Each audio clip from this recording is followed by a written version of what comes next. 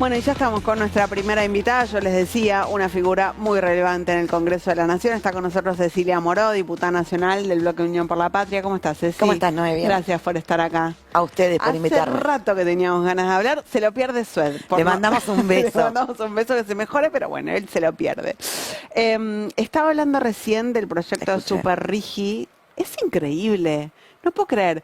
Pero a la vez pienso que no está encontrando. A esta altura nos sorprende, ¿no? No, sí. Es lo mismo que el RIGI y tantas políticas de primarización de la economía y de extractivismo que están llevando adelante. La pérdida de soberanía, esto de los plazos de acá a 30 años, la pérdida de soberanía en el CIAD y en los tribunales internacionales. Yo creo que a esta altura, mirá, hablar de cualquier otra cosa que no sea el modelo, que está en el modelo económico que están llevando adelante, es hablar de bueyes perdidos, como se decía habitualmente. Porque creo que el verdadero problema que tenemos está ahí. Todo el resto es anecdótico, aunque no deja de ser grave. Pero el modelo y el programa de transferencia de recursos hacia los sectores más concentrados y el empobrecimiento del pueblo trabajador se está profundizando permanentemente y de manera acelerada. Porque yo tengo la sensación de que, en definitiva, el presidente no gobierna. Le hacen creer que es como si, pero las grandes decisiones no se están tomando acá. No se están tomando en la Argentina y mucho menos con alguna consideración política, humana de lo que pasa con las mayorías populares.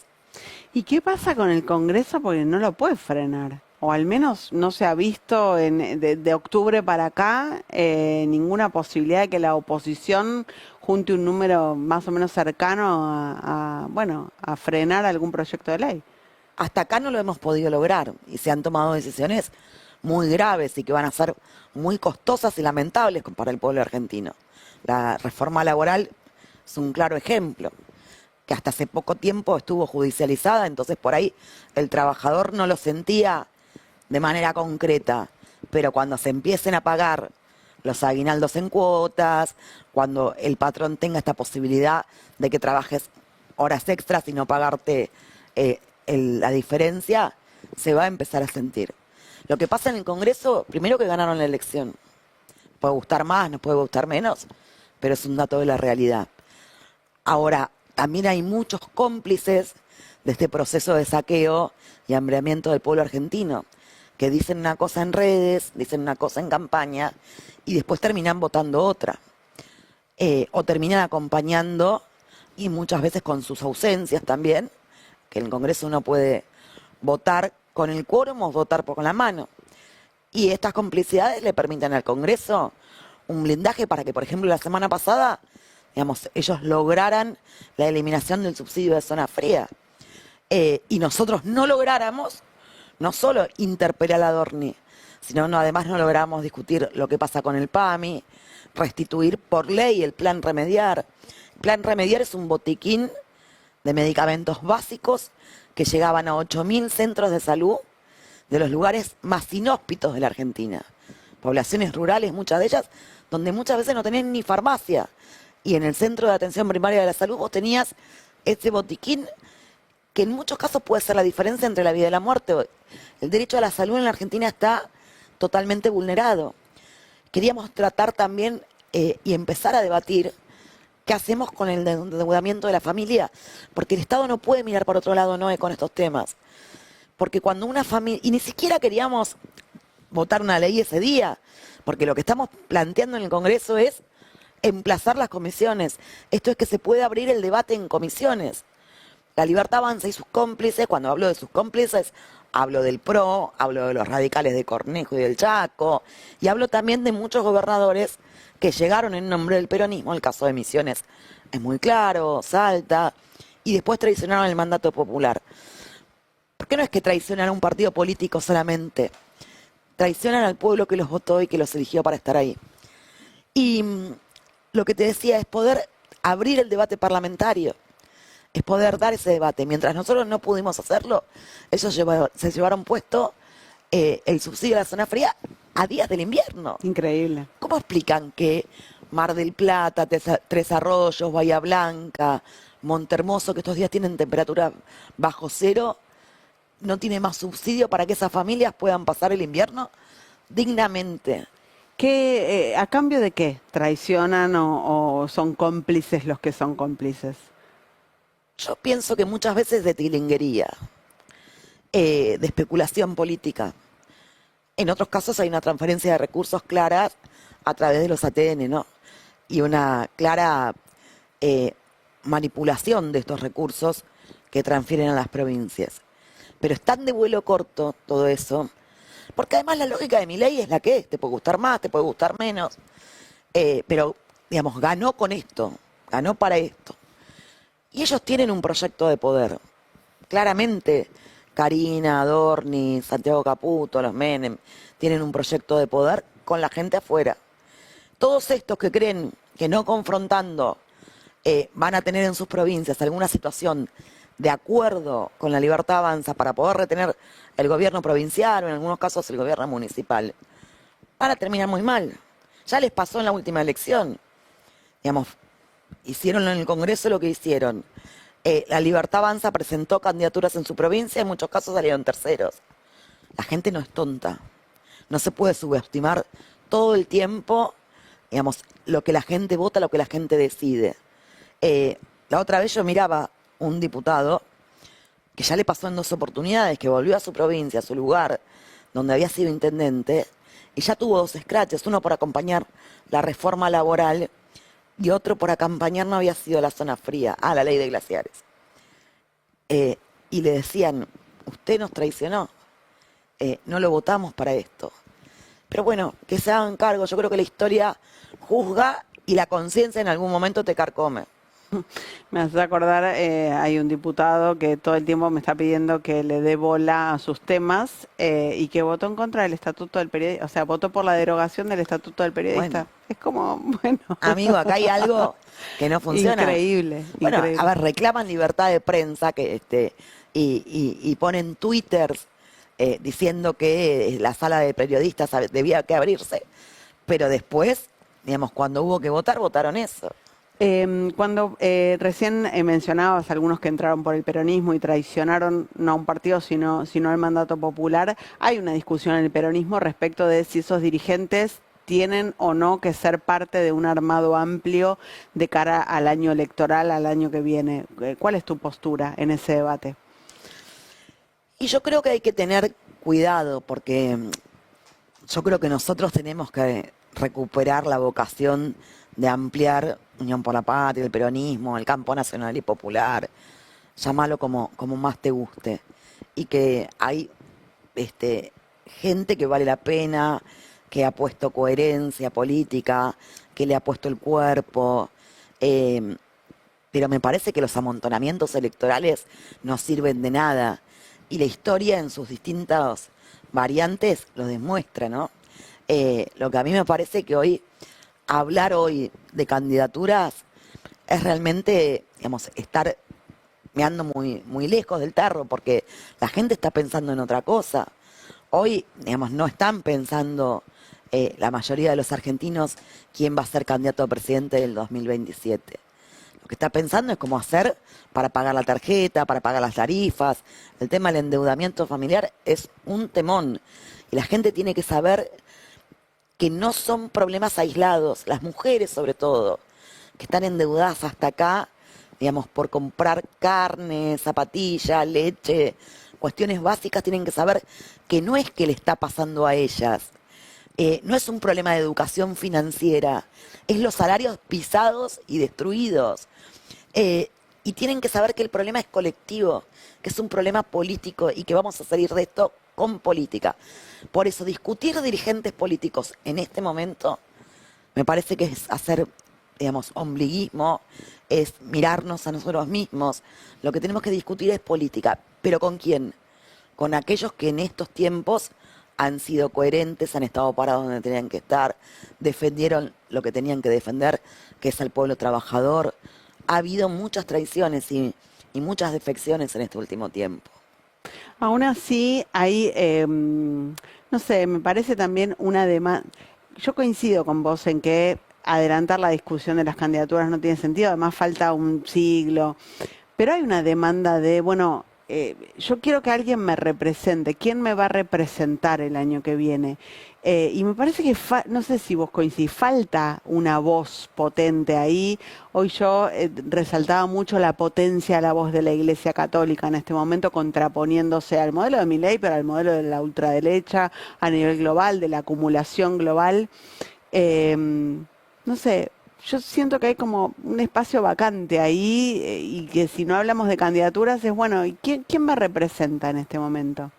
Tal vez porque el Congreso no está pudiendo también, ¿eh?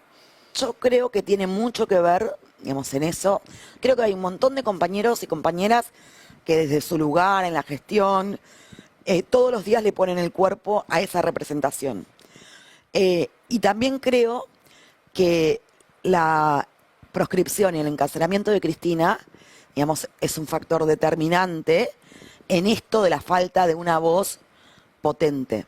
Porque te puede gustar menos, más, la podés creer más o menos, pero lo cierto es que la dirigente opositora, la dirigente argentina incluso más importante, está presa y proscripta en una causa absolutamente armada, de principio a fin, sin ninguna prueba, sin ningún peritaje.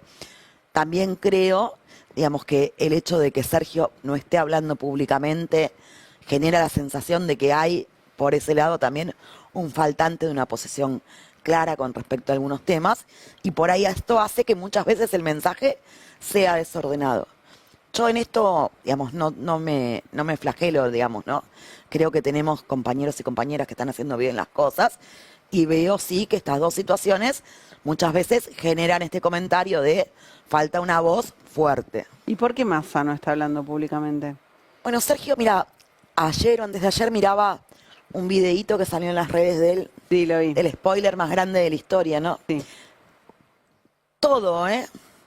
Las Una entrevista universidades, con el gato. Con el gato silvestre. Las universidades y lo que iba a pasar con el financiamiento universitario, los salarios, los aguinaldos, El los transporte remedios, público. el transporte. Ojalá se hubiese equivocado. Sergio dijo todo en la campaña y dijo todo en ese debate. Y le faltaron 3 puntos para ganar la elección en esa primera vuelta. Yo creo que él tomó la decisión personal y política, digamos, de estos 3 años casi, correrse no solamente de la función pública, hace 3 años que no es funcionario público, sino además de la centralidad política y mediática, porque la tuvo muchísimo tiempo, sobre todo en ese último tiempo. Y me parece que, digamos, esto también hizo que veamos qué pasaba con otros dirigentes, medir el termostato, ¿no?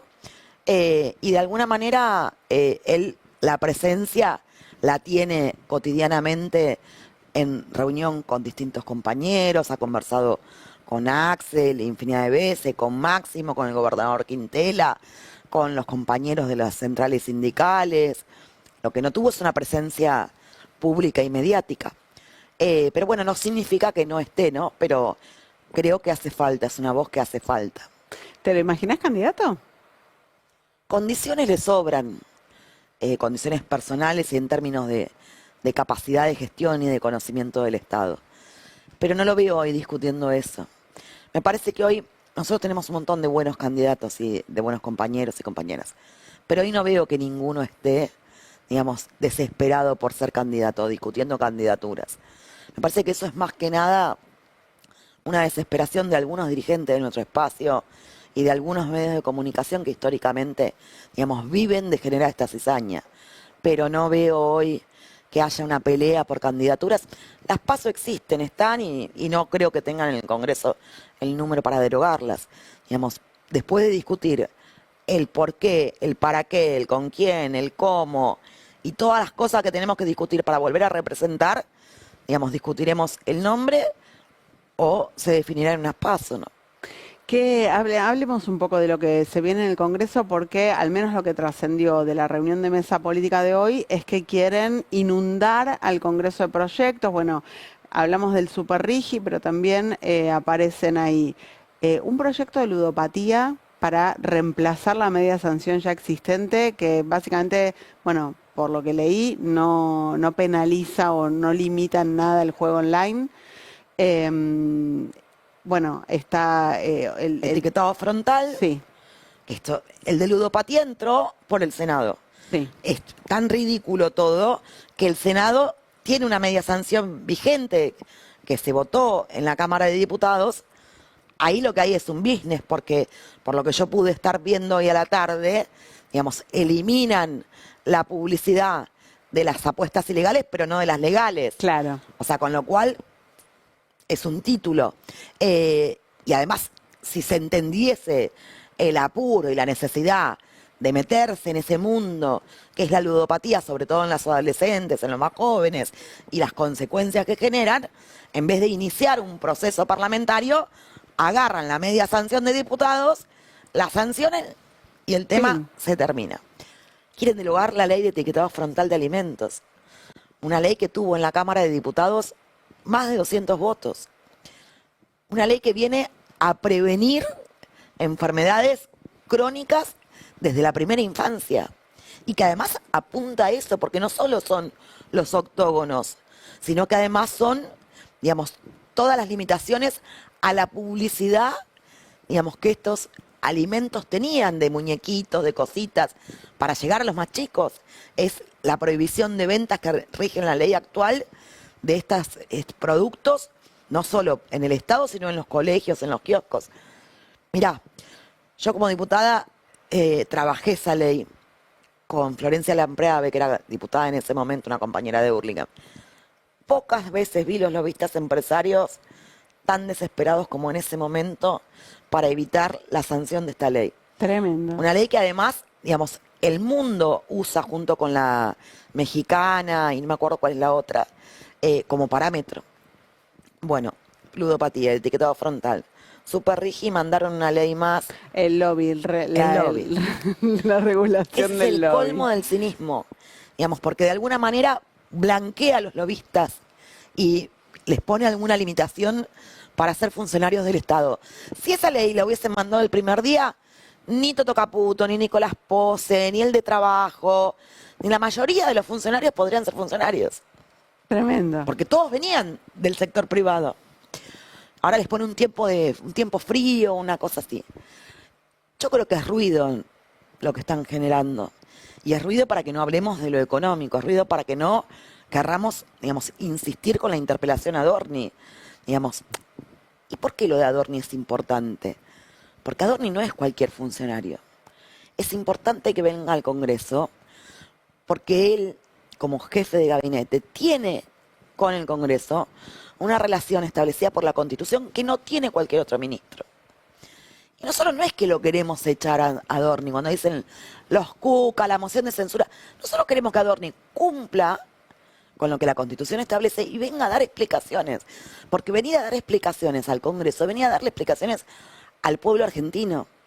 Ahora, no es cualquier funcionario, es el corazón del relato, es el corazón del gobierno.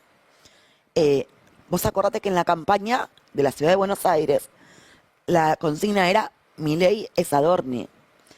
Hoy podemos decir tranquilamente y sin riesgo de equivocarnos que Adorni es Milei. El gobierno desde el mes de marzo que no gestiona, que no hace otra cosa que explicar el quilombo Adorni. Y después el quilombo de las redes de Twitter. Y así estamos. Porque además el otro problema que tienen es la no gestión.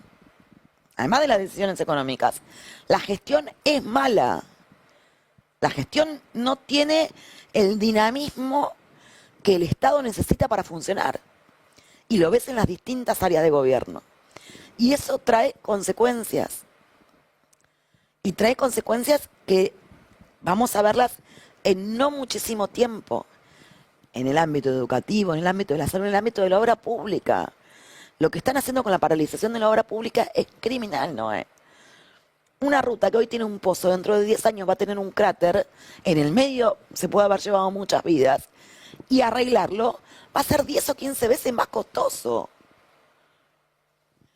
Entonces, mira, yo creo que no nos puede ganar la frustración. No podemos bajar los brazos, la gente no puede bajar los brazos. A mí muchos en la calle me paran y me dicen, hagan algo. Y ojalá pudiésemos hacer algo más rápido. Pero la elección no es este año. Nosotros sabemos qué tenemos que hacer. Sabemos que tenemos que ganar la elección. Sabemos que tenemos que volver a representar. Sabemos que tenemos que construir un plan de reconstrucción de la Argentina donde la industria, el desarrollo, donde la salud pública, la universidad pública vuelva a ser un consenso que cuidar y algo del cual nos sintamos orgullosos porque es la garantía de la movilidad social ascendente. Ahora, en el mientras tanto, la sociedad, y muchas veces me dicen, no digas eso porque la gente quiere que le resolvamos los problemas. Mentira, la gente no espera que ningún dirigente político le resuelva los problemas. La gente quiere con su laburo poder resolver su vida, tener la dignidad de poder llevarle a sus hijos las 4 comidas. Hoy la discusión en Argentina de la mayoría de los trabajadores, de los jubilados, es cómo hacemos para garantizar las 4 comidas. Entonces, esa dignidad, la gente también tiene que saber que se recupera organizándose, saliendo del metro cuadrado, recuperando la empatía como herramienta, el abrazo. Nos dejamos de mirar a los ojos, dejamos de abrazar al otro. A mí eso a veces me preocupa un poco, ¿no? Bueno, pareció muy potente el mensaje de la Iglesia también en ese Muy sentido, en contra del individualismo, así que me parece que ahora también ahí aparece como un polo de Ojalá que sea un golpe para que, digamos, no está bien lo del golpe, pero un sacudón, para poder reaccionar, ¿no? De qué nos está pasando, de que no podemos ponernos espalda con espalda para aguantar con el otro, no al otro. Y me parece que en eso la Iglesia tiene un rol fundamental, las mujeres tenemos un rol fundamental, porque además yo creo que las mujeres siempre advirtieron con más claridad y nitidez, digamos, lo que iba a pasar con este presidente, con este gobierno. Y de alguna manera, viste, mira, hoy veía, ¿no? Entre los sectores que perdieron el empleo y los que están más endeudados, son los jóvenes. Son los que más perdieron el empleo y los que más endeudados están. Son fuentes del Banco Central, no es ningún cuca que se le ocurrió. Están ahí, en ese banco que iban a prender fuego, ¿te acordás?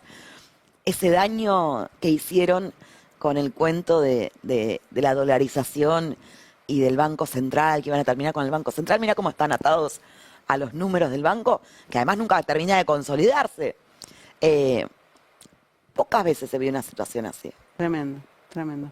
Gracias, Ceci, por venir. A vos. Muchísimas gracias. Y por dejarme hablar, porque por vas favor. al programa y te corto.